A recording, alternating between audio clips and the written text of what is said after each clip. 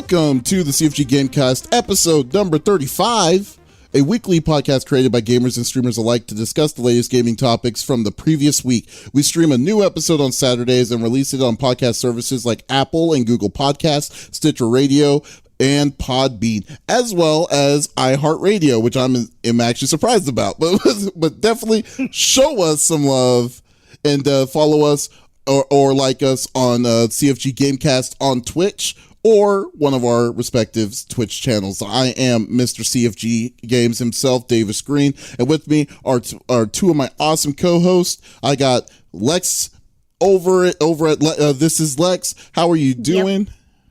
I'm doing really good. Catching up on some sleep. Had a little bit of a weird week, but doing pretty good. How are you doing? I am tired, as always. So I guess that's normal. That is normal for me, so that's good. Yeah. Did you play anything new? Anything exciting? At least this week. I know it's been kind of like a meh week for you. So yeah, it has been a little bit of a meh week. I played some DBD. Faith Chapter 2. I'm almost done. We played a little bit of Monster Hunter. I played some Monster Hunter offline as like my zen. I was tired of crying, so I was like, "Oh, just get on some Monster Hunter. That won't make me sad." I was checking out some new games. Have you guys seen the new commercial for the new Doom Eternal? Oh, I did. Yeah. I don't know if it's just the music, but it got me hyped. So I'm kind of curious about that. You know what's funny? We've actually got a chance to play some of Doom Eternal, and that game is going to be right now, maybe because there's no games that are out, but I can easily see that game being a game of the year contention. Really? Easily, yeah. Surprisingly to say. It looks so good, yes. Smitty. Yes. It looks so good. The music? The music is what makes the Doom games a Doom game is that music that's coinciding with what's going on in the game, and everything in that game, the feel of it, what you have to do. I mean, the mechanics are a little bit different. Like, they actually added some interesting new mechanics to the game that they switched up to it. But and then also to get if you need more health or you need to get more armor, you have to do specific things to get it, which is really cool. But man, the game for a first person game, I love that they only focus on the story. None of the multiplayer aspects of it. Not knocking the multiplayer for shoot 'em ups, but it is a really stacked game, and I would definitely suggest for people to pick up. For me though, that game always is kind of more like a single person because the story is what you play it for. Yeah. But if you watch at least the one that I saw, because I'm sure there's several commercials for it, but the character, you see it from third person, he jumps off this ledge, it switches to front view, and the music is just blasted. metal girl heaven for me, okay? And he lands, and then his stance, and when he stands up, you're just like, what's happening? What is this? Hello?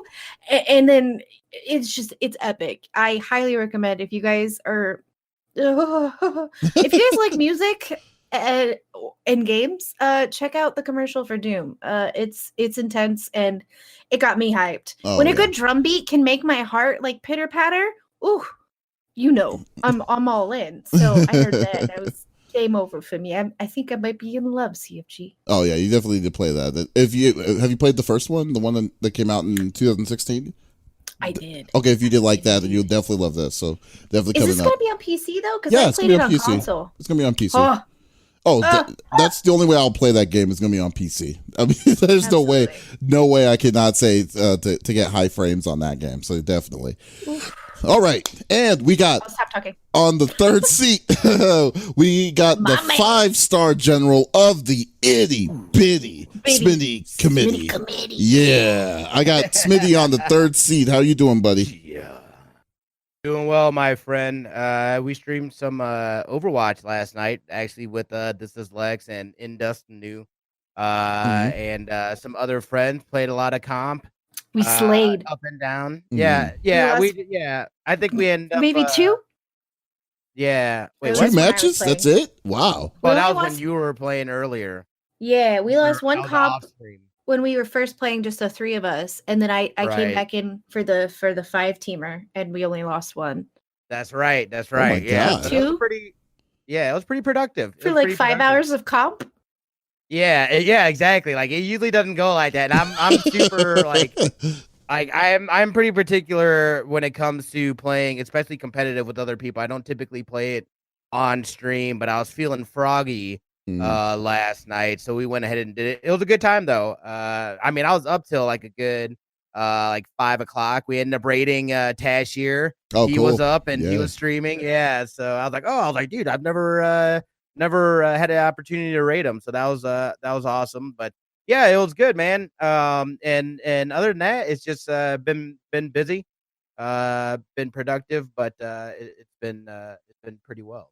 That's awesome. That's cool, man. That's awesome to hear. Like I've been it's funny, like I for some reason I don't know what it is for the but like I had this RPG bug that I wanted to finish up this one game called Indivisible, and I've just been watching you. Yeah, I've been man, I'm close to the end. I grinded a little bit today. I decided not to stream it because it's basically the boring stuff, which is basically trying to finish the side stories and all that stuff. So I was like, okay, I'll just do this on my own casually. And then I realized I am probably wanting to platinum this game because like I'm at 80%. I am at 80%. I am so close to finishing it all up. So I might as well I'm like 3 or 4 trophies and I'm going to go do it. So I'm probably going to do some more of it tonight. And hopefully finish that up so I can just say, hey, done. I got my platinum for the year, so I hit my quota for that. Yeah, and just been getting ready to setting up some stuff for Extra Life. And I'm actually going to be going to the Make-A-Wish offices in my state here next week, so to talk to some of the people over there. So that's going to be pretty cool myself. So looking forward to all that. And we also got a 4th new member as well. You won't be able to see her, but she's definitely there. She's lurking in the midst of the stream chat. She will be our permanent CFG Gamecast moderator. We got Faye, aka Pompadour Princess, in the deal too. So it's definitely she's definitely around. How you doing, Faye? Good. I'm hiding in here. just Probably creeping. a good thing I don't have a camera because I'm not wearing pants. Well, first off, I'm not very comfy right now. Maybe we aren't either. First off, You're right. What kind of like if you did have a camera and then you have you have like a pants cam, the lower half cam, it'll be very interesting There's no face cam. It's just the floor and like half my butt. Yeah, it's like all or nothing, basically. That's fair enough. All right. But anyways, let us get to it, and let's go through the rigmarole. So basically, what we do is each of us picks a news topic of discussion within video games from the previous week. The topic would or could be about a specific game or something that happened in the gaming industry, period. And we also don't want to talk about it ourselves. We want you, the community, to be a part of the conversation.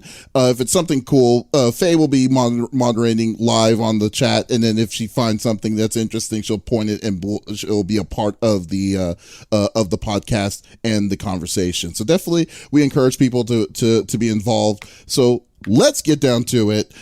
So, like I said, Lex, you go first. So what are you bringing to the table? So it's not game specific. It's games in its entirety. So if you guys don't know, China, besides Hong Kong, they have a censorship. So Google, Facebook, they do a censorship on pretty much everything that anyone in China is consuming on the internet. There are debates as to why. We won't get into that necessarily because that's kind of goes into the political aspect of things. But the kind of loophole for years since its existence was Steam. Steam could be, you could play any games. You indie creators in China could create and put out content on Steam. And so Steam for all of these years has been a platform that China didn't censor up until now. So I'll read a little bit of the article. that we have PC gaming is big in China, and so is Steam. It's not officially approved to operate there, yet millions of Chinese gamers use it every day. Simplified Chinese is the second most common language used on that platform. Chinese developers are flourishing through Steam, and major international publishers are intensifying their efforts to cater to that market. Valve itself is looking to capitalize on that extremely lucrative market as well. Right now, the Steam situation in China is muddy at best. As Stephen explained in an in-depth report on censorship, Steam, and the explosive rise of PC gaming in China, the Chinese authorities tightly regulate video games in the country, yet Steam has somehow escaped scrutiny, and nobody seems quite sure why. Perhaps working on the assumption that this state of affairs can't hold forever. Valve is working with Chinese gaming company Perfect World to launch an officially sanctioned version of its storefront in the country. Steam China's just going to be a much better experience for Chinese customers. Local servers are all localized content, so it's different in that it's just a service targeted at the Chinese gamers, as opposed to right now where Chinese gamers are coming to Steam, but it's outside of China and they're assessing. Mm-hmm. We want Chinese customers to have a really high quality access to Steam games, and that means getting a set of games approved through the appropriate channels and a service that is local. The servers that are right here, they can have fast download times and features make their quality life better. Now, here's the problem. As of right now, again, like I had said, China hasn't really been able to censor Steam, and nobody knows why. It's just one of those things that it kind of, like it said, it's for whatever reason, scrutiny hasn't come to Steam yet in that market. But now, I mean, I guess, who knows? Maybe one of the political powers that be realized, one of their kids was using Steam, and the games on there, like GTA 5, would definitely not be playable if the government got a hold and was able to censor. That would definitely be a game that would be out, right? And so basically now what China is saying is we're going to make our own Steam, and everything is going to have to be pre-approved.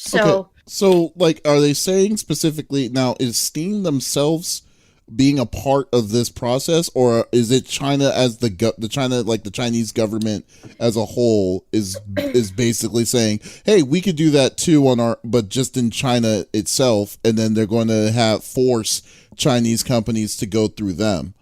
Correct. So it's going through a company called Perfect World. I'm gonna scroll through a little bit. No, so Perfect World. Yeah, I've heard of Perfect World before. Yeah. So it's kind of hard to say. Despite the uncertainties, some failures, significant aspects of the storefront have apparently been nailed down. Yeah, they already have a list of games that are approved. Like Dead Cells, okay, Subnautica, Unruly Heroes. They have ones that are kind of pre-approved as of right now, but it's kind of up in the air. They're not necessarily saying like what's going to be available and what's not, and that's where people are kind of curious, because I don't even think, and unless I'm wrong, even with a VPN in China, you're still censored. I don't think they're able to change their location, if I'm not mistaken. I don't know how they would be able to enforce that, but if they do, I mean, that's really scary. But if they do, it's very yeah. But I mean, overall, like, I don't know how. Well, I mean, I guess I don't know how to feel about this because it's not affecting us directly. But I will say this though, I'm not really certain if like now if because there's a weird thing in my mind about this. How is Steam, like, if Steam is the one that's enforcing this on their own, like, I mean, like, what kind of, I'm just curious on what kind of pressure are they getting from the Chinese government, because this is something that's been going on for over 20 years, and then this has been this has been the weird loophole that Steam has created for China, and then like what kind of pressure like is forcing them to kind of say, okay, we need to cater specifically for China? Like, I don't think it's actually going to be Steam itself. They're just kind of calling it Steam China. Oh, okay. I don't think from what I'm reading, and I could be wrong, but it doesn't look like that actual Steam is involved. It looks like it's a third-party company. They're going to pre-approve games and content, and then they're going to have local servers. However, here's the thing. Indie developers in China are now going to be censored. So content creators for games, gaming companies out of China are now under scrutiny. And so a lot of these games that have been worked on for years that were set to come out may not, because now the censorship is coming into play. Do you know what I mean? Yeah. And I think that's where the issues are going to lie. Like, it's sad already that you're censoring what news comes to your country and all of that, political stuff aside.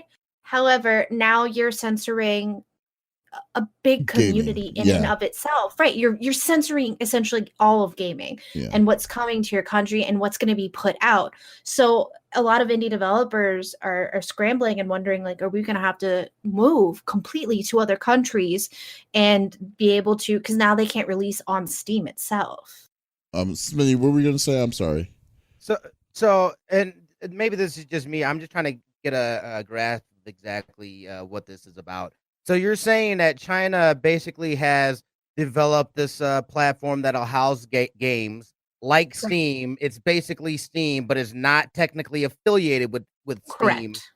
But so how are they getting the games then? Like, wouldn't they have to license that then from developers and this and that to be able to run it off of their platform? Well, it's China. The long and short of it is, they would need to, but at the same time, like, for instance, Blizzard had to, it's China, because I mean, Blizzard is in close partnerships with the Chinese government that allows them to do what they're doing. But imagine if Blizzard didn't do that, then it would be simple. There won't be any Blizzard games. There won't be any Overwatch. There won't be any any of it because they won't give them access to those games at all whatsoever. So I guess the bigger part is that Blizzard is a huge company and they're able to have that kind of resource. But I guess the more fear is, like, since Steam is a melting pot of small developers, there's no way that they'll have that kind of level of resources to do what to get that kind of talks, and they'll be able to. They would have to be quote unquote Chinese approved to do that. So I don't know. That's kind of scary. That's very scary. It's really scary. Huge. So you're talking that'll have a huge impact on everybody, basically. Yeah, even if you're not in China, it's going to have a huge impact. And because they're on local servers, people that you may have been playing with for years, let's say you're playing on a World of Warcraft server and you have a friend in China who's been playing with you, they may not be able to play with you anymore because their servers are localized.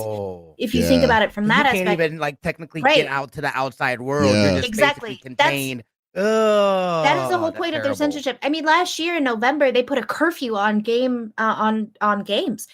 China imposed a gaming curfew for minors last year in November. By 8 p.m. in the evening, between 2200 and 8, you're restricted to 90 minutes of gaming on weekdays. Wow. And 3 hours on weekends and holidays. Coming from the government. Coming from the government.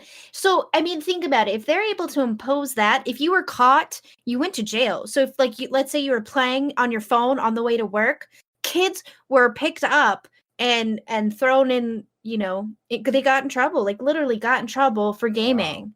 Wow. And so if they're able to enforce that, think of all of the other things that they can do. I mean, again, their population, let alone, goes into the billions, I believe. So that it's huge that now we're losing. It sucks if you had friends in China that you were playing with, because now you may not be able to play with them. They may not be able to play the game at all, or now they're on their own servers and now you won't be able to communicate with them. Well, the devil's advocate in that is that I think when you're playing games in the bigger games, I don't think it's going to be effective. I don't think they're going to, because they're catering for the Chinese. Those games are catering for the Chinese community, and they are usually approved through the Chinese government with whatever their ways of doing it. With EA and all, EA, Blizzard and stuff. I think at a lower level, they were prior. Yeah. Well, Yeah, but but they're not depending on Steam as their source to get it to get the No games into longer. the thing. Yeah, they have Right. it on consoles. They can get through they get it through these things, and they have the service to build it to back it up. Right. So But better speed and all of that for them, but definitely. but the biggest thing is it's like, and they also, like I said, they have a understanding with the Chinese government themselves directly, like, or 90% of the times Tencent has a hold on it somewhere. Like if they wanted to play Madden in Japan and China, I'm pretty sure they can. But if you're going to go play games like you said, a PC game that's specifically for a smaller developer, this is going to hurt the small guy overall. That's why I think it's going to be. I think the biggest problem is that it's going to be the level of, like you said, it's going to hurt developers that are actually in China to say to give out to the community, or more like have that mentality of like saying, what's the point of even releasing it if I know that no one's going to be will be playing it. So I mean, I think that's the biggest fear that I would get from this kind of crazy change that's going on. And man, and it's not even that, like, your fear of no one getting to be able to play it because it's centered in China, but because you're in China, you can't release it to Steam for the rest of the world to play it. So it's not even the fear of, okay, well, maybe people in my own country can't play it, but now I can't release it to anyone else because it's been censored. But how are they not able to release it? I mean, like, are they banning those people to release it to Steam? Even though if Steam theoretically isn't coming in China, but but what if that's would that stop them to release it on Steam anyways for people outside of China to play the game though? Like, unless they directly say so. Are they directly saying that they can't, that they have to use that service? Or here's the thing. So as of right now, Steam has not been censored, right? So you can access Steam in any country, including China. So now they're going to take Steam out of the equation completely, and they're building their own. So no one will be able to access Steam in China is basically what the articles are saying. So if you're an indie creator that's in China, you don't have access to Steam any longer. Okay, yeah, but okay, I see what you're saying on that, but I'm sure there has to be a way to for contact with Steam. I mean, I guess we don't know. We don't know, but I mean, it seems very. Well, is there anything, like, has anybody come out with a statement about this that's in China? Like any developers or anything like that? What are they saying? So, I mean, as far as the BBC and PC Gamer, they wrote this article in August of last year. So this now, though, is becoming more of a big deal because it's coming into effect now. And so it's is almost entirely independent of Steam. So as of right now, I think you can access a little bit. But it's not gonna, they're taking Steam out of the equation entirely. But it looks like indie developers are panicking. Yeah. As of right now. Here's the thing though, it's hard to get statements because I tried looking and digging deeper.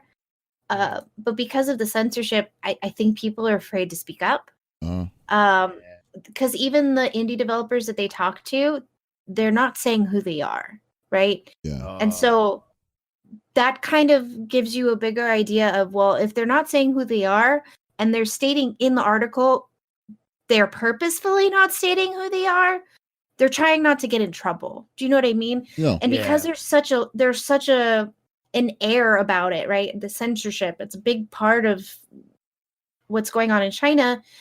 You can't really speak negatively about things like that because that could get you in trouble. It could get you shut down. You know what I mean? And so it's sad. Yeah. It's in its entirety, it's just really sad. It is. You know? It's unfortunate. Man, well, hopefully we'll stay. Well, yeah, I'm sorry to cut you off there, but no, you're fine. Definitely stay tuned. We'll definitely keep an eye on that. I would definitely love to be checking out some more with it. So that'd be awesome. Yeah, because the article that I'm going off of right now, they've added to it since August.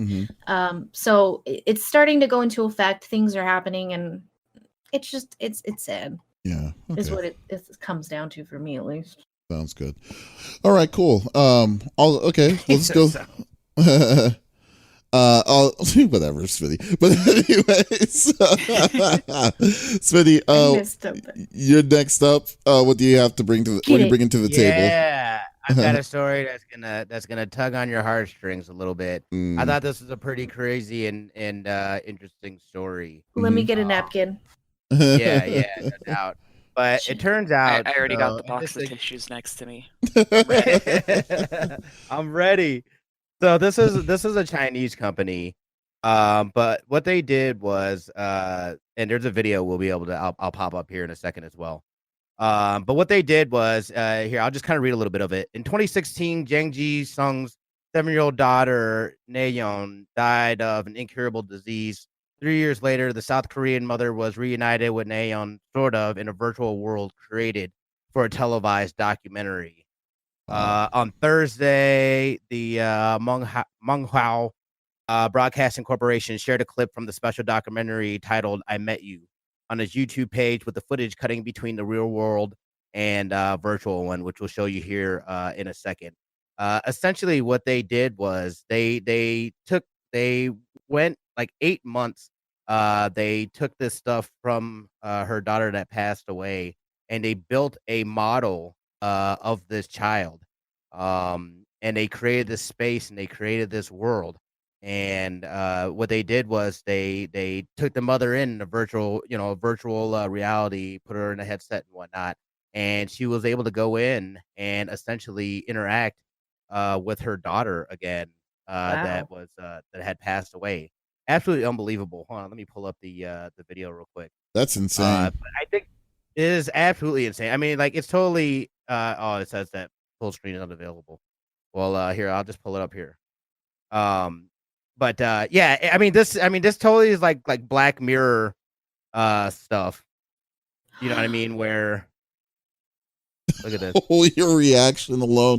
Oh man, yeah. Yeah. Like literally, it's.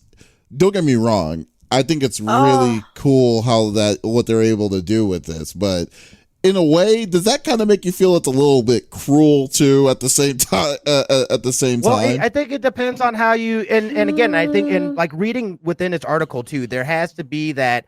Listen, this person has accepted that their whomever their loved one had passed away, and that they're just having this opportunity to be able to experience them almost like a memory in this virtual world. I think it's incredible. I think it's absolutely like I think this would change so much for people that feel guilt when people die or this or that. It'll give you that opportunity to at least kind of relive this. And not only that, but technology wise, this shows like, I mean, I can't imagine they're saying that there's other companies also that are working on this technology, basically taking people's memories, building these virtual avatars, if you will, of us that we can interact with, essentially preserving. I mean, isn't that the fountain of youth? Is that not immortality? It starts kind of hindering on that. What was that? The one show on HBO? Oh my god, Oz. No. Oh my gosh, Westworld. Yeah. That's what. It reminds me of Westworld, and being able to essentially transfer ourselves into these digital avatars. You know what I mean? Like, is that is it you? I don't know. And like, what kind of stuff will that create?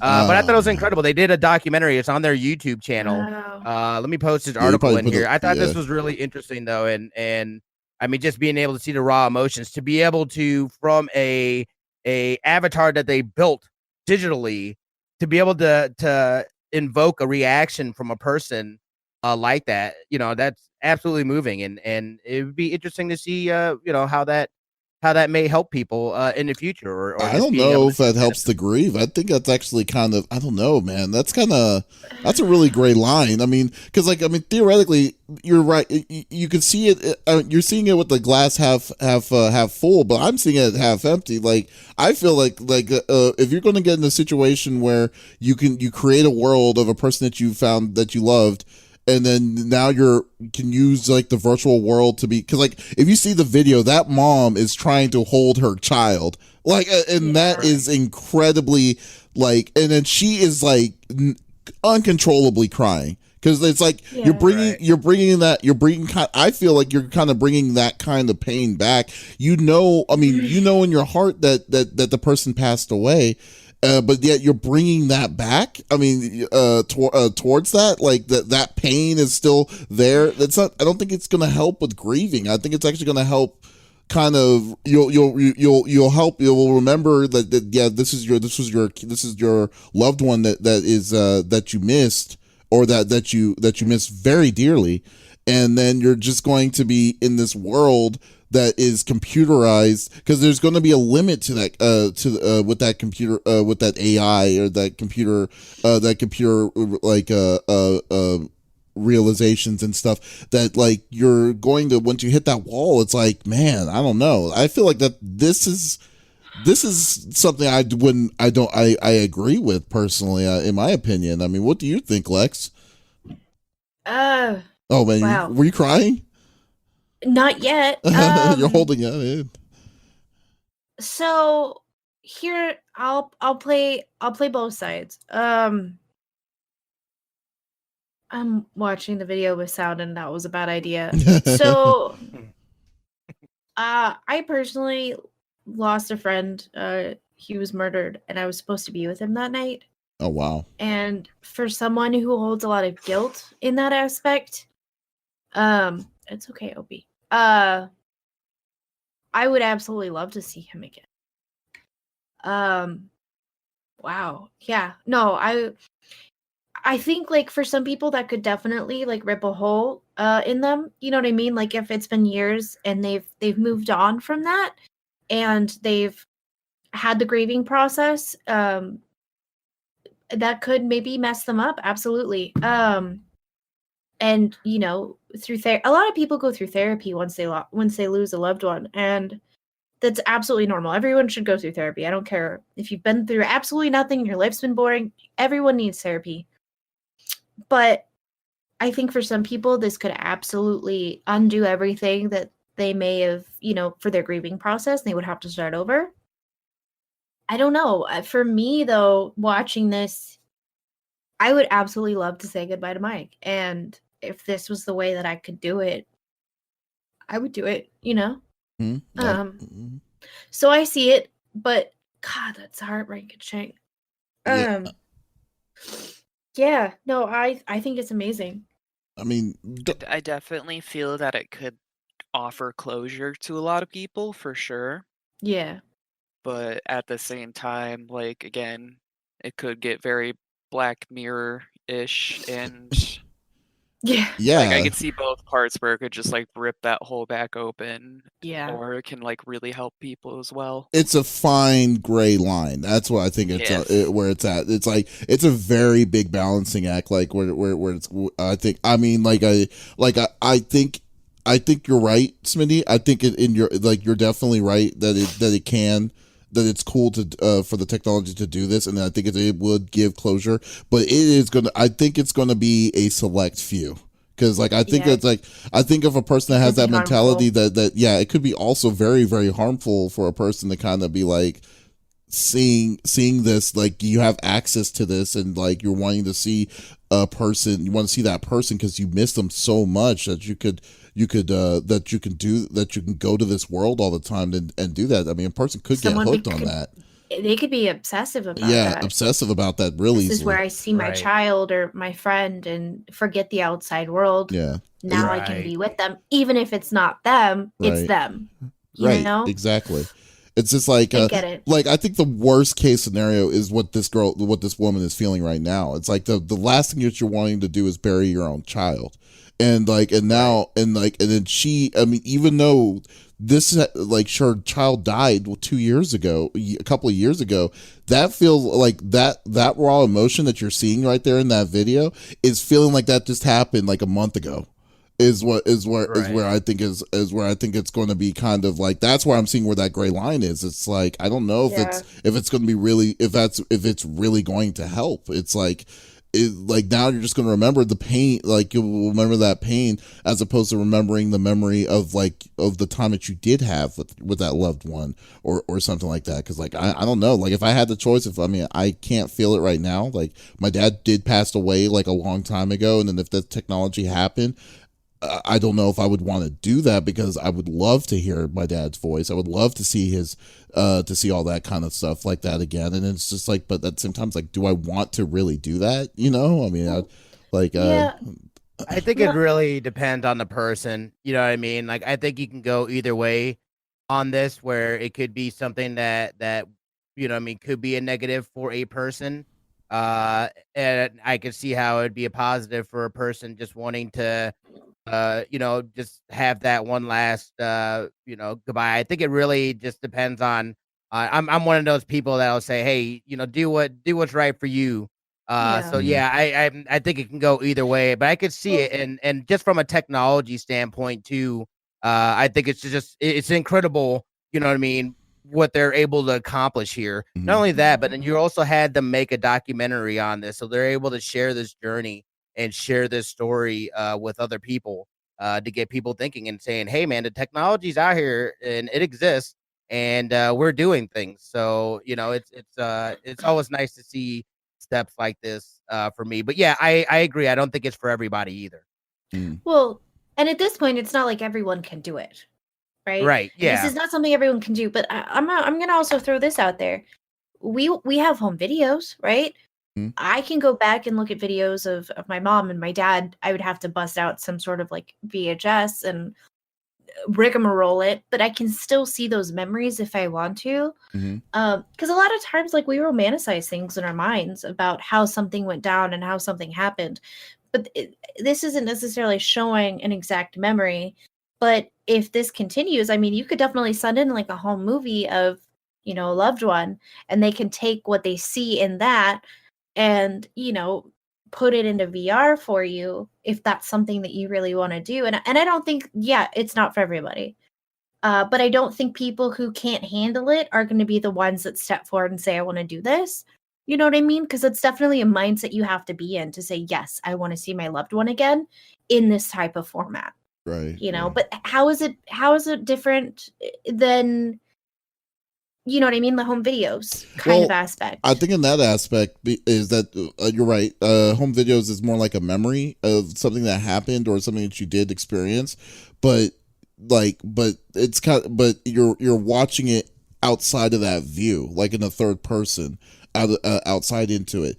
They built a world around the character themselves. Like, you're going to actually like if you say something or whatever, however the code is, because the girl was talking back to the person themselves, so I mean, you're going to be interacting instead of watching with the memory. It's kind of like it's like saying, when it's like, hey, if you're wanting to watch a baseball game, it's like watching a baseball game to actually being in the game is a night and day difference. And I feel like that's the kind of point of views that I would think that they would be approaching towards that, because it's just, I think it's very delicate when it comes to something like that. When you go to those kind of points, excuse me. But what's even interesting though to me is like, I think when I saw it, when I was looking at the chat, I think General Davis was asking a good question. Yeah, he's asking about personalities. Yeah, so so when General Davis says the real question is, how will they get the personalities of the lost loved one right in the VR? It's like, if they are it's algorithmic. I mean, like, could they imagine? Like, you could imagine that if they decide to say, like, if they have true AI to and then you implement these memories, this information that you give the AI to get to that point, that you're going to make an artificial human to interact back with you. I don't think that's helping you remember that person at that point, because it's not that person at that point. It's just a person that knows the memory, but and then the person that's reacting to the memory, but then it's making algorithmic decisions to reply back on how that person could possibly reply back to you. That's not a memory at that point. I mean that. No, it's not. That's yeah. a new experience. And that's where that gray line is coming into effect. If it's what you're describing of Lex, I would have no problems with that. But I don't think that's. But what I'm assuming, what I'm kind of going by is that like. I think they're building these. I'm assuming from this video, they're building off of that, and I think that's where I don't think that's healthy for someone that's grieving to go to get to that point. Because now you're not just seeing a memory; they're responding back to you. Right. Yeah, it reminds me. I don't know why, but like Bicentennial Man, when you first played the video, like that's what like went through my head. I don't know why, and like I had to look it up, and I'm like, oh, he started out as a robot, but here I don't know, like I mean, then you kind of bring up like the aspect of like if this goes closer and further, and you are able to do this, and this is the future. Like my question is like the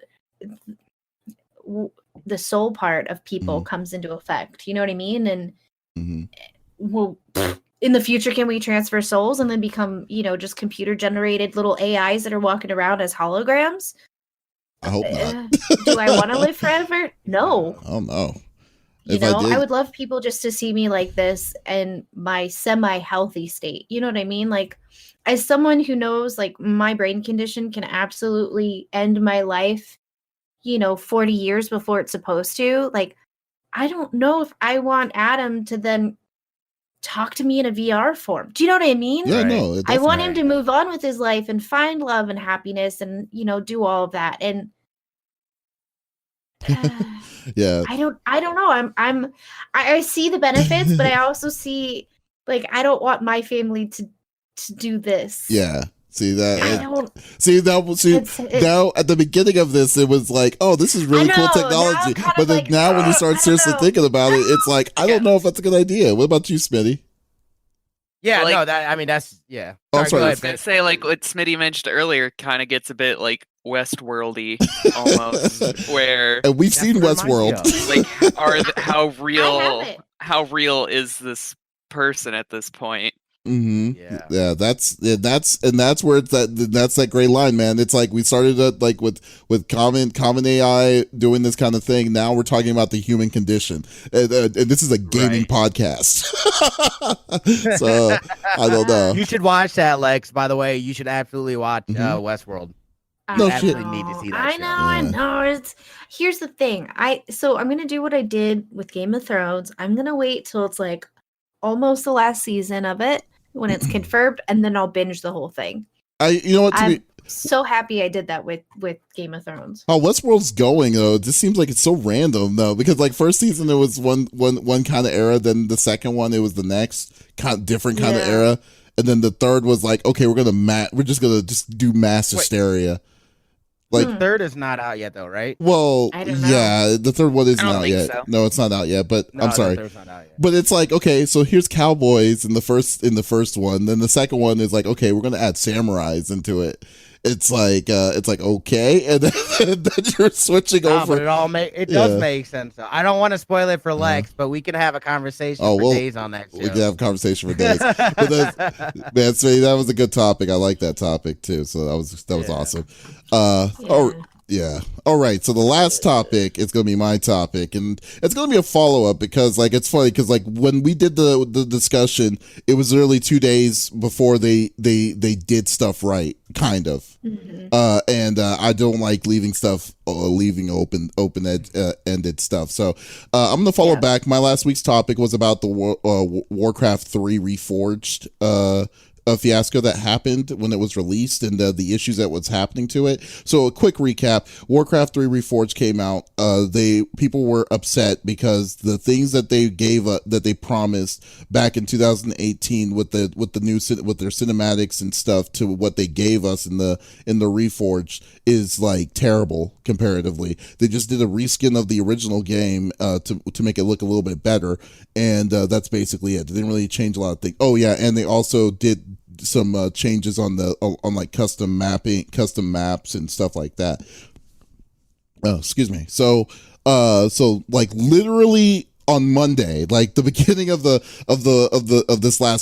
previous week, they responded back on those reforged complaints. They allowed refunds, which really pisses me off. They say that they are allowing they're allowing the consumer to get their money back on something that they didn't promise. It really kind of grinds my gears with that one. They said they came back with it. So this is a thing I got from an article from GameSpot from the beginning from that week. So I'll just do a small quick chapter update on this. But he says after the wave of criticism that was directed towards Activision Blizzard for its handling of Warcraft 3 Reforged, the company issued an apology for the problems that were outlined by a couple of patches.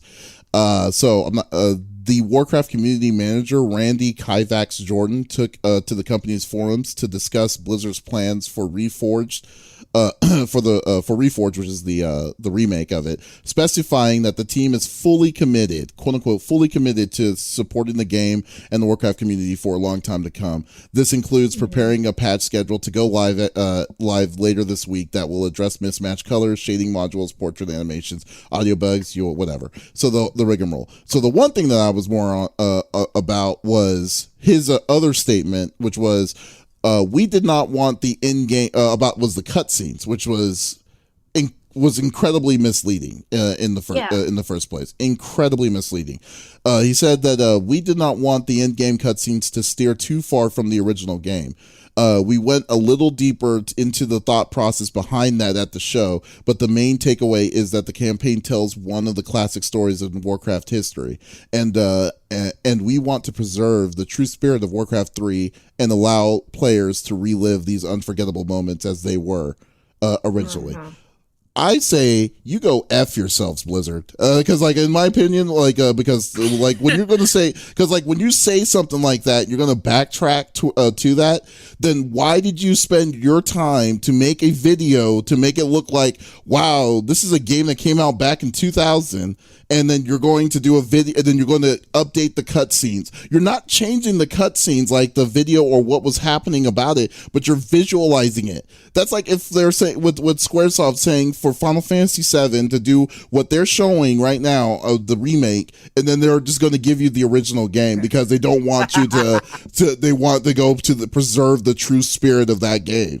It's like, what are you doing? Like seriously, what are you seriously doing at that point? Like, y'all are so innovative when it comes to cutscenes to portray your stories, and yet you're coming back giving us this PR BS, saying that, like, oh no, we don't want it to take it away from the game. It's like, how is that going to take away from the game? Please tell me how that's going to take away from the game, because, like, I don't understand what exactly is going to take away from it. I don't yes either. Yeah, exactly. Like, so what you're saying is that you're wanting the original experience, so you're wanting to resell the game at a full value price of $30 to $40 to just say that they were playing the same game. I mean, that's essentially what I'm getting at. Well, they just reskinned the characters. I don't mind that as much because it's an RTS, and right. Like 9 times out of 10 you're not going to be going sprite by sprite. But the fact that you sold the game because you said you were adding, because your original sell on BlizzCon 2018 was that y'all were going to be adding some new small features to keep the game updated, and those cutscenes was a big part of it. Like, I mean, like, I don't understand, like, how you could just backtrack and just say, oh, we thought about our thought processes behind that. You could just say it was too hard. I mean, if that was it, to just say it was too hard. But you could have said throughout that process, because people were waiting 2 years for this game. Yeah. 2 years for this game to say to play this game. Maybe people weren't as hyped as they should, as they were planning on wanting to be, but people were waiting for this because you were advertising that specific aspect. I mean, that's just, am I finding that crazy or am I the one that's thinking outside that box? Anyone? No. Super deceptive is what it is. That's super deceptive. Their fans absolutely have a right to be outraged about this. Not only that, but think about this. Their initial response was no refunds. That is an a-hole move out the gate. Absolutely. Then you're going to come back and give me this BS of, we got a lot planned for the future. It's like, look, you sold this game day one under these false pretenses. People didn't want the crap that you were shoveling out, and then you tried to block them from getting their money back. And then you want to say, well, we got to, you know what that reminds me of? There's a very you know what it is. I know what it Anthem. It reminds me of Anthem. Hey, Don't get him we got this game. Don't get him started. Every time I'm in anywhere with you about Anthem. I'm sorry. It always this is what it reminds me of. And not only But you're that, not like wrong. just the fact that it's so weak, dude. It's like people spend their hard-earned money for a game that they have an expectation of, or like, hey, you told me that this is what it's gonna be, and now you're telling me, oh, it's not quite like that. We're gonna work our way up to that. It's like that's you sold me on a false pretense. Then at that point, I should have the right to be able to say, you know what, I want my money back. I don't want this. But Right. then to go and say, hey, you can't have your money back. Hold on. And then they had to say, took a day or two of backlash, and they said, oh yeah, you guys can have your money back. Here you go. My bad. Yeah. That just says a lot about Blizzard, dude, and how they operate and how they continue to operate and how much they really don't understand their fan base or what's going on. Again, we kind of discussed this the last episode too, Yeah. where there were corporate and higher end changes that were made, and usually when something like that happens, you start having that culture, that environment starts changing, and we're getting to see that now, what really matters to them. And it's sad. It's a shell of what it used to be, but the writing's on the wall. Yeah. I mean, I'm sorry. Go for it, Lex. so I agree with Smitty. Like when corporations get larger and larger, I feel like they lose more of that in touch with the fan base that they originally had, and that's deemed to happen. But then you can't just turn around and say, "Oh, no, this is what I'm giving you, and you better like it." And tough titty little kitty, you just can't do that, especially when you've promised. And this isn't a game that I played, but I can tell you, if they redid Diablo, and they were telling us that there was new storylines and that they redid it and everything's going to be fantastic, and here's what I'm selling you, I'd be super stoked. And then to get the game and it's the same thing, just prettier, like they put like a It's varnish just on new it. texture. No, Yeah, new textures. you can't do that. Yeah. That's ridiculous. And it frustrates me. And I'm a huge Overwatch fan. Mhm. And I love Overwatch. And like last week, like you and I both, our subjects were Blizzard, with like the hero bands, and which now is a hero pool for anyone that was curious. That thing is still up in the air. Mhm. We'll find out in March, I guess. But that's infuriating. Like that sucks, man. You know what? Like, okay, so like my biggest issue is that if you wanted to re-release Warcraft 3, you could have re-released Warcraft 3. I don't mind this stuff. Besides the practices that they did with the refunds and stuff, I don't understand how anyone could get away with that nonsense for that within that week. What's funny though, and side note, the funniest thing is that when I think about it, Nintendo's the only one that's got that gets away. Like you can't ask for a refund for eShop. So Right. so that's Really? Have Oh, I given didn't out, know they that. have given Nintendo. refunds out in the past though for certain things. But it's not like Oh. it's not like common knowledge. Like Yeah. you can't Right. like you have to go through some hoops to get to that.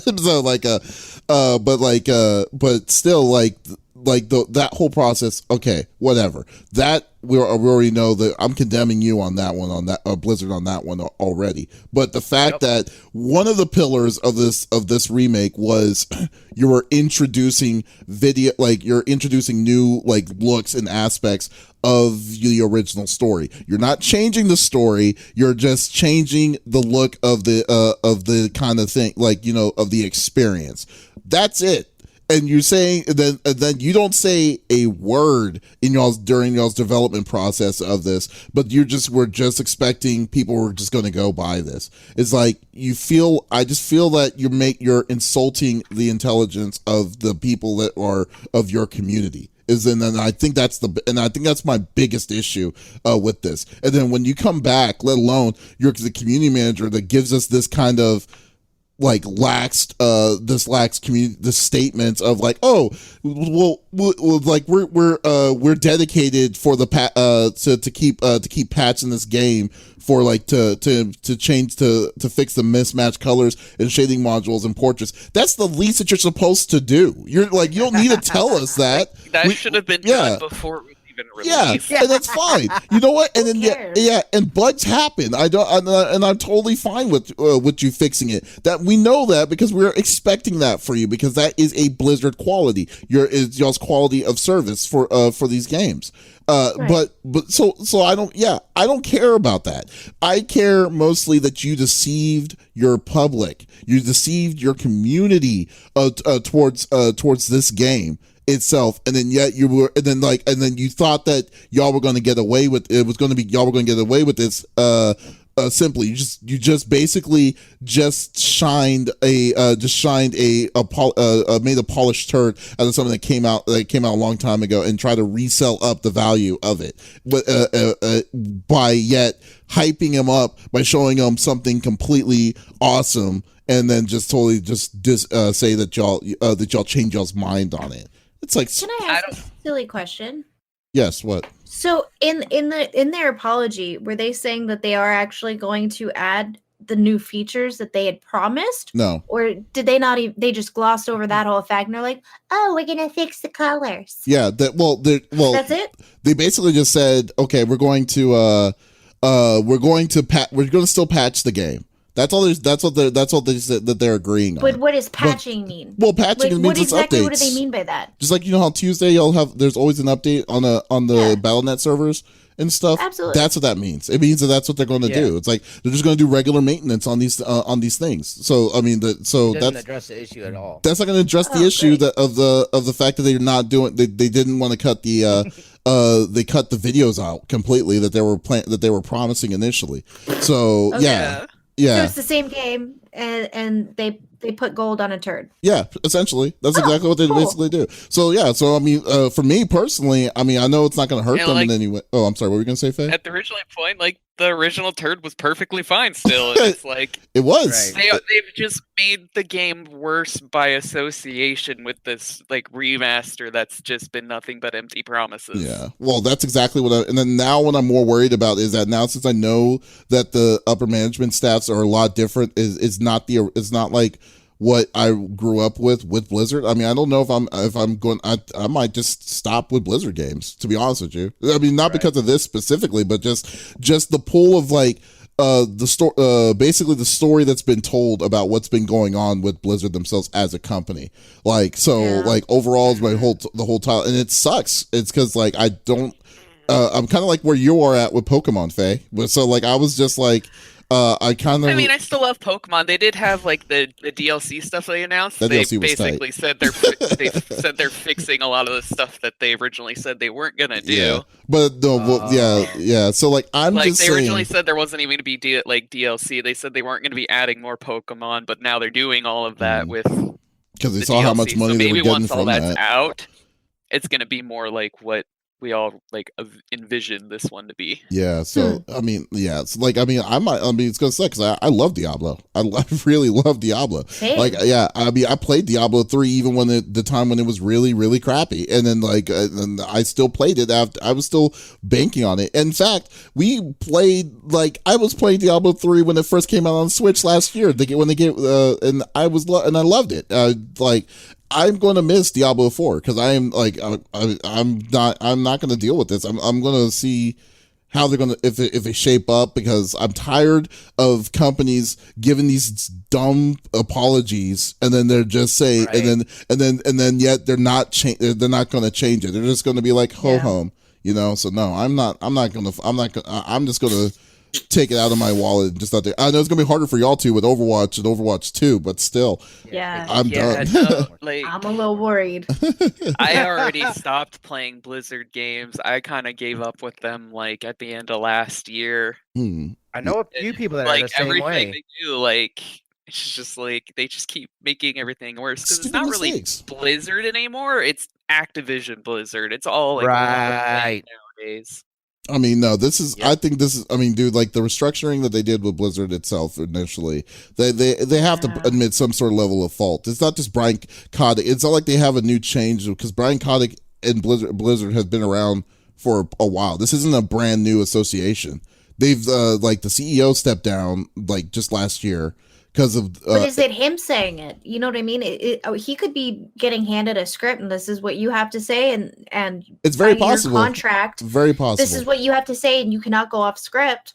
You know what I mean? That's true, but there's so many people that left for these reasons. That's what that's a red flag in itself. Like maybe maybe it's the upper management that they decided, upper management beyond that owns Blizzard, saying we're wanting to go this direction, and then people are saying heck no, and then they're saying no. But I doubt that because usually when they do that kind of thing, you don't want to mess around with Magic like that kind of level of deal. I mean, I think legitimately that some of the stuff is blamed on Blizzard themselves, just like how some of the stuff on certain companies, like let's say like how with like BioWare with their bad decision making with Anthem and Mass Effect, and the newest Mass Effect that came out, Andromeda and all that stuff. So like they have to have some sort of level of accountability.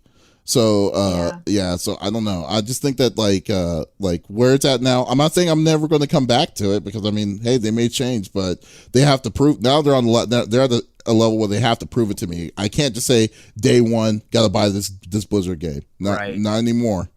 Not anymore. Not until they show me some real change that's going to happen, because that's BS. I mean, itself. Yeah, and I don't know that you're going to see it. I don't know that you're gonna see it. It's gonna be a while beforehand. They're kind of turning into, I hate seeing like that. I hate seeing stuff like that where they have to give out that fake apology. You're just gonna throw out this crap game or this crap thing, and then you're gonna be snarky about people being upset about it. It's like, you know what? All right. I'll take my money somewhere else. Dude, the refund, man. Is this the thing that got me is the refund? Like, I was like, are you serious? That's the craziest thing about it, dude. It's like, how dare you say I can't have my money back because you did not provide a product that I wanted? Like, get out of my face with that, dude. That's insane to me. Crazy. I feel like that would almost ended up in like some kind of lawsuit if they didn't. Yeah. Oh, it would. Immediately you like that. You promised something and you didn't give it. The end. My money comes back to me. That's how that works. It's like, come on. Like, are y'all just like, I mean, I don't know what y'all did in those 7 days. Like, okay, we can give them the money back now. It's like, what are you trying to do? Like what is that? They probably realized, or they talked to their lawyers or something. They said, I like it. They said, no, that's, you guys can't legally do that. Like, what are you doing? Yeah, I mean, just whatever. Their money back. They said, just kidding, guys. Man. We apologize about that. Here's what we're gonna do. Nothing. We're gonna continue to give it normal updates, though. We're gonna do what we're paid to be do. Yeah, to do. Hey, I remembered what it is now. That Nintendo did offer a refund on, and is relevant. It was Overwatch. Oh, are you serious? Was it really? Because when Overwatch came out on the Switch, it was right after all of the Hong Kong stuff and China stuff with Blizzard. Gotcha. Oh, okay, I see. So they ended up offering refunds. People got mad. Yeah. They had to do it. Yeah, and they had to do a special. Like I said, there's not a place where it's like, say, it's that you have to go through hoops to get refunds through Nintendo. Yeah, it's possible. For sure. Yeah, it's possible, but it's not easy. That's what I'm saying. Like, not like that. Yeah, so I would say special circumstances. Right, exactly. So, all right, so that was a good man. We were pretty deep this time. It was rage, and it was sadness, and it was like we had all different ranges this podcast episode. That was pretty good. Yeah. That's freaking crazy. So no, that's great. Yeah. But anyways, let's wrap this up. Lex, sounds good. What do you have? What do you have this week? What are you planning on doing this week? Oh, I was going to say, I do have a small thing. General Davis did have to leave because Twitch was buffering too much, but he was just asking if because we'd ended up not talking about it, about the coronavirus and slowing production. Yeah, I saw that. Systems in Japan. Oh, yeah, I did see that. And like to be honest, like this is the problem I have. And this is like, I got that because like, we don't know because we don't have like coronavirus is something that's happening like within the last 2 weeks. to say that it's something that it's actually doing, it's like, it's because this is like an opinionated piece, like, you know, like, well, I know so I'm not really sure. Nintendo did announce that they did make like some kind of little announcement that they like we're sorry that some productions have been moved back and all this stuff because of this. Yeah, but like I feel like if anything, it just is more attributed to like the whole crunch in like the gaming industry than anything else, where like they're so pressed for these deadlines rather than just having the product done when it's done. Right, and I don't think that it's something that would correlate to the coronavirus themselves, because like it's like I said, this is only happening for 2 weeks. To say that they're going to be massively delaying certain games, like I mean, like just this last week, one of the games I was actually anticipating to playing in March, Fairy Tale, got delayed to June, and I was like, oh, you got to be kidding me. I don't think it was because of the coronavirus. So it's like it's because it was because of full productivity. I think other things are at play specifically with it. So I did look at that article. I did read it, and then, but I wasn't really sure if I could say that if like you know, definitively that it was because of the virus itself. Yeah, there's probably going to be delays, but I just don't think we have enough information to verify that it's because of that itself. Is where I was at. So the article that I was able to pull up real quickly, just in general, it said the majority of its manufacturing done in China. Nintendo said it was inevitable that production and shipments of its Nintendo Switch and Joy-Con controllers would be delayed in Japan due to the coronavirus outbreak in China. But as far as like game delays, it's not really saying anything too much about that. But as of right now, because of the coronavirus, that the Switch and Joy-Con controllers might be delayed for Japan, but it doesn't seem like it's going to be affecting anything else as of right now. I'm sure they'll come out with a statement if it does, but yeah, just to quickly cover what Davis was talking about. It seems at least right now, if anything, there might be like a small production delay on like hardware, physical not production, necessarily software. Right. Yeah, I feel like anything game related that's going to be delayed was going to be delayed anyways, and it's hard to say that because of something like the coronavirus that's why. A lot of the game delays they already announced anyways at the top of the year, you know what I mean, before that even hit. So there might be some more too. I still stick by the fact that they may be trying to figure out if they're gonna release on PS4 or just wait and do it on the next gen. Very true too. Working on both. I totally agree. So Lex, what are you doing the rest of this week? Well, you cut out just a teeny bit. What was your question? I'm sorry. What was the what are you streaming? What are you playing on streaming this week? Kind of the same schedule. I think we're gonna mix it up just a little bit. I've got a family thing to go to right after this. But I'll be on this weekend playing some games. So if you see me on playing some Monster Hunter, hit me up. Monday, of course, we will do Monster Hunter Monday. Tuesday will be Spoopy Tuesday. Wednesday, I think we're gonna mix it up a little bit. I'll get back to you guys on that. We might be doing a charity stream. Cool. Because the Aussies, they're still on fire, y'all. It's still happening? I would love to donate. And the thing is not a lot of people are doing charity streams anymore. So I would like to kind of close that gap and help out because, you know, wildlife organizations, they still need a lot of help. And so whatever I can do to help, I would love to. So I think Wednesday we're going to do a charity stream.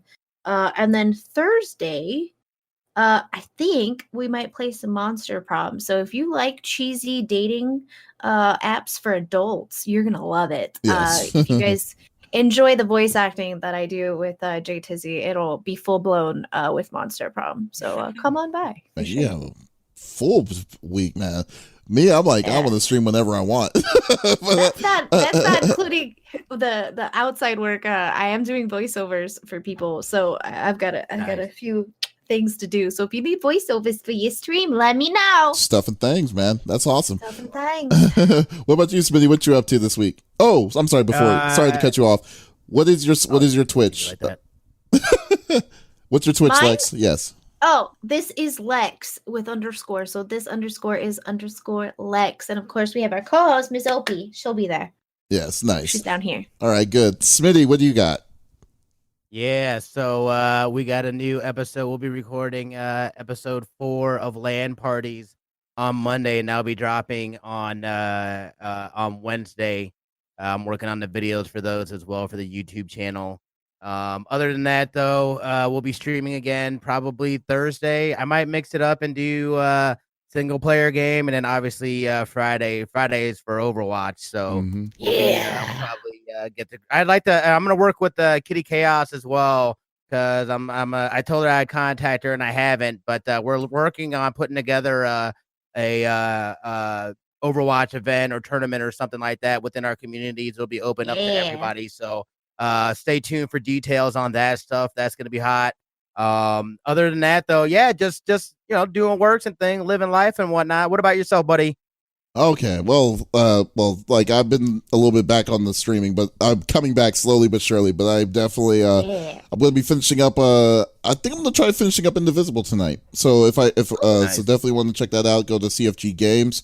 And Sundays we're probably going to be playing some more Monster Hunter World on PS4. So if you definitely want to, you could definitely, anyone's more than welcome to join us. We'll be playing some awesome hunts. This week, I'm going to need a debate on what I'm wanting to stream. We have some games that are currently under embargo right now.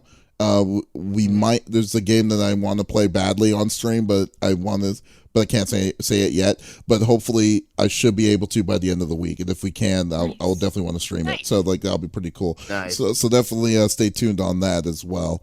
And also big thanks to Faye checking up on the chat as well. So Faye, I know Faye, you stream. Yeah. And what do you, are you planning on streaming this week too, Faye? After this, I'm gonna go wash a whole bunch of dishes. But then I think I'm gonna come back. I've been very inconsistent with streaming. I'm still. Yeah. January was a weird month for me, so I'm hoping now that that's done. Like I was like, I'm gonna start streaming more regularly this year. Mm-hmm. Well, I mean, whenever January was the time. But anyway, I was playing Binding of Isaac when I was streaming, trying to like platinum the game, basically get all the achievements. You want to kill yourself? That's what you're wanting to do. All I've got left are like 2 easy ones, like 2 easy achievements, and then ones that are essentially luck based, because it's like you have to have just this many items that do this thing in one run, and it's like we'll see if I ever get those. That is a crazy platinum. I know that for a fact. So it has 403 achievements right now. Wow. Yeah, it is a crazy platinum. I wanted to try and get it all done before the new expansion comes out this year.